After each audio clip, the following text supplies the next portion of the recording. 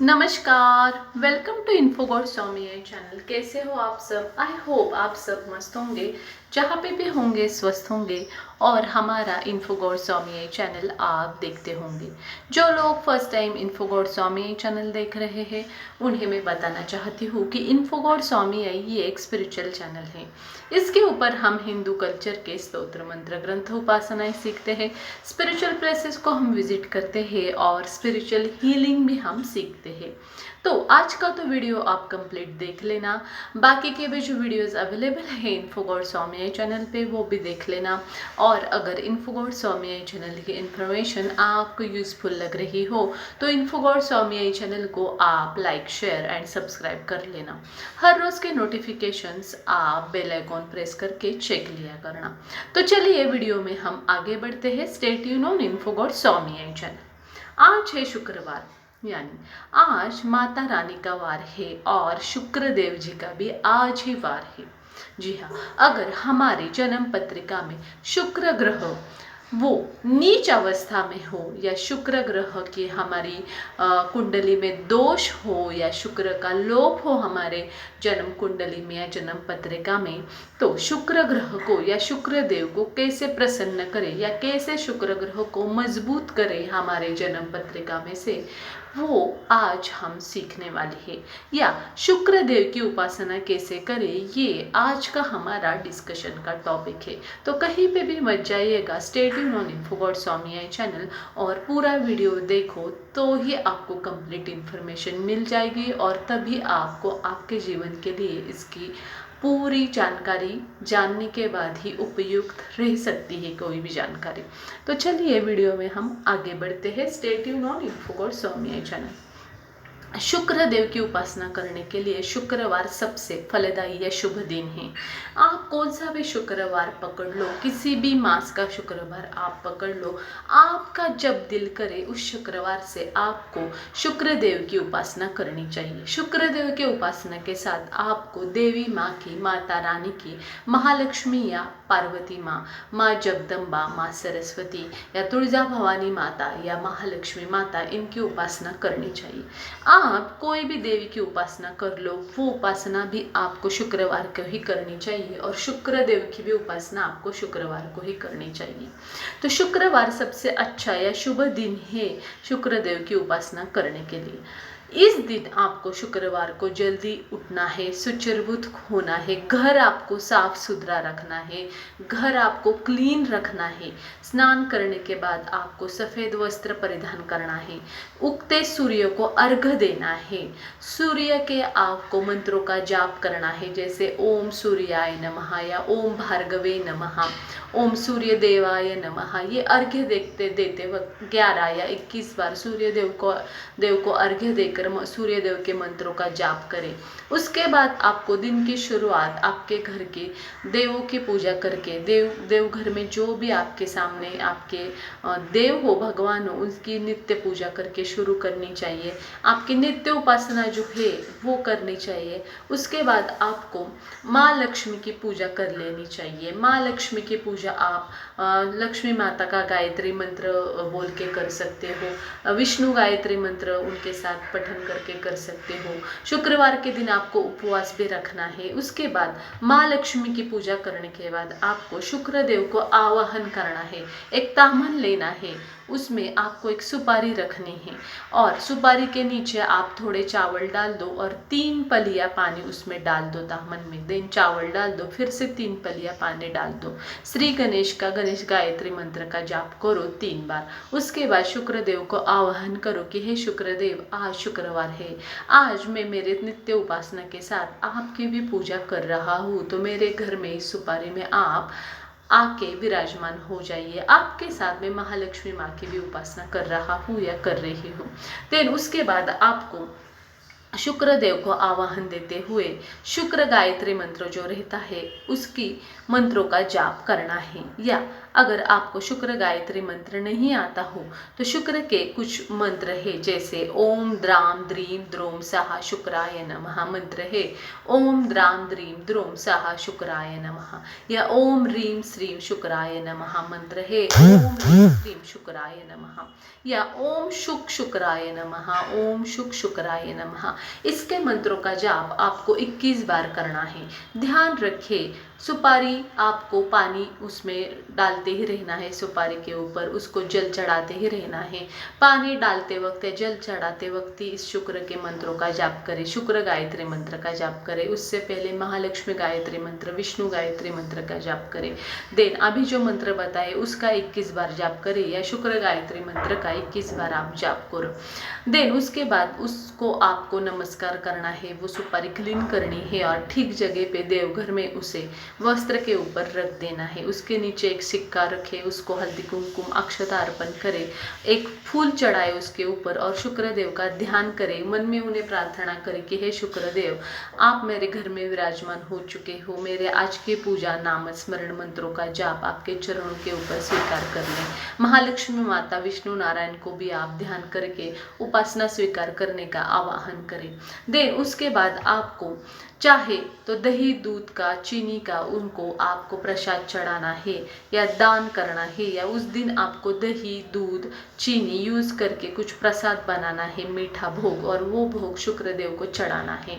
आपको दिन भर उपवास रखना है और उपवास रखने के बाद शाम को रात को आपको भोग चढ़ा के दही दूध और चीनी को जो इस्तेमाल करके आप नैवेद्य बनाओगे उसका भोग दिखा के पहले आपको दही दूध और चीनी का ही सेवन करना है। जितनी सफ़ेद चीज़ें आप यूज़ करो इस दिन शुक्रवार के दिन उतना शुभ है, और सफ़ेद चावल का ही खाना आपको खाना है शुक्रवार के दिन।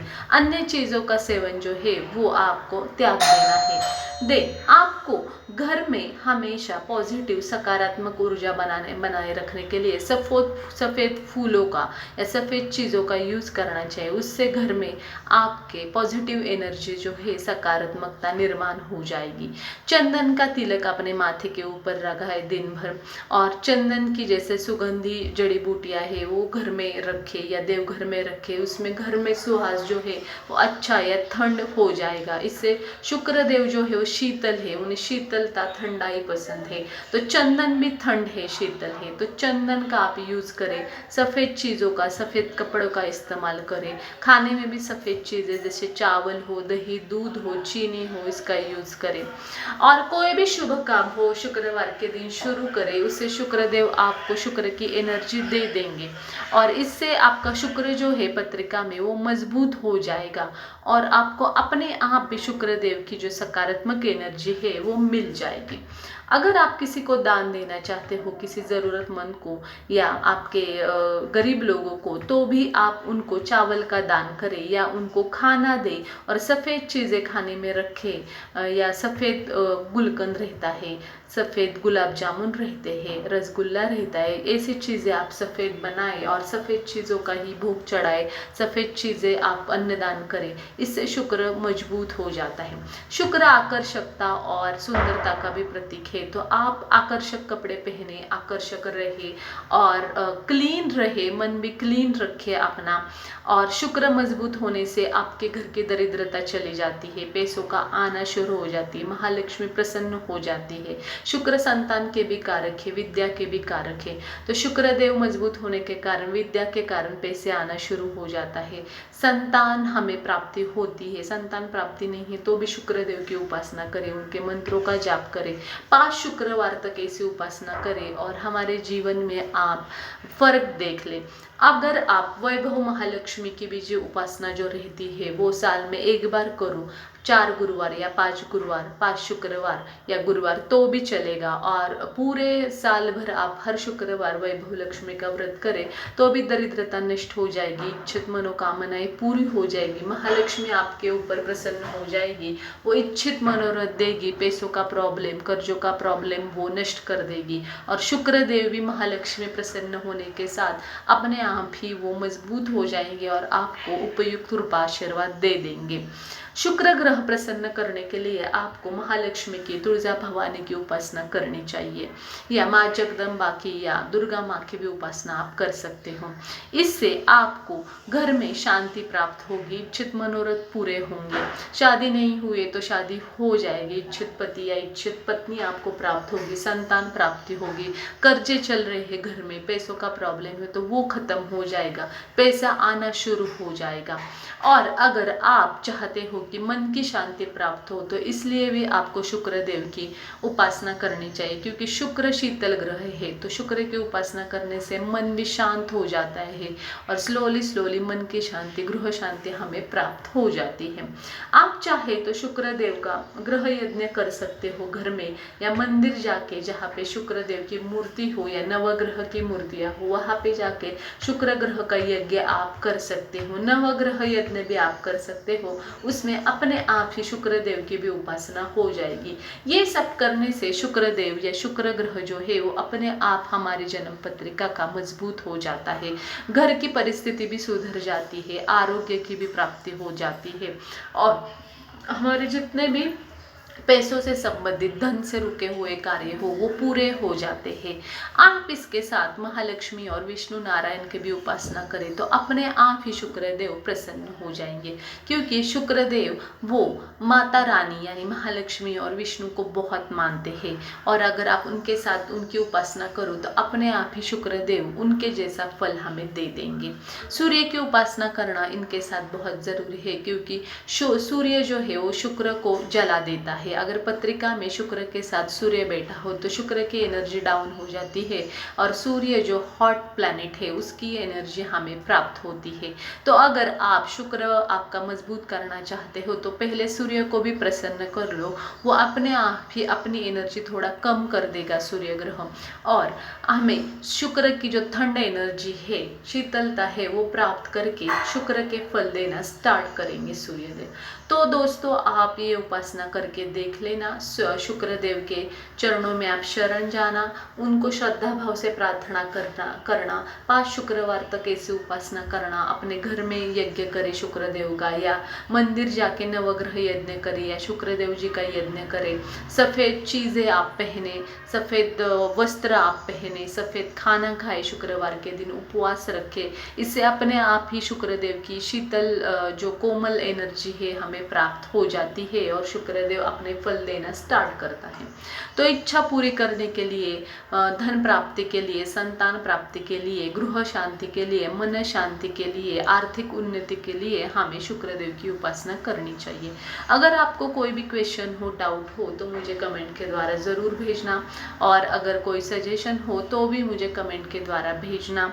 आपका चैनल हो उसका प्रमोशन आप करवाना चाहते हो तो आपके चैनल का नेम, चैनल के लिंक, चैनल का डिस्क्रिप्शन मुझे कमेंट के द्वारा भेजना। आपके चैनल का प्रमोशन इन्फोगॉड स्वामी चैनल पे मैं ज़रूर करूँगी। तो आज का कंटेंट हम एंड करते हैं, हम मिलेंगे नए वीडियो में नए इन्फॉर्मेशन के साथ। तब तक stay tune on Infogod Swami channel. Bye for now, bye bye, धन्यवाद।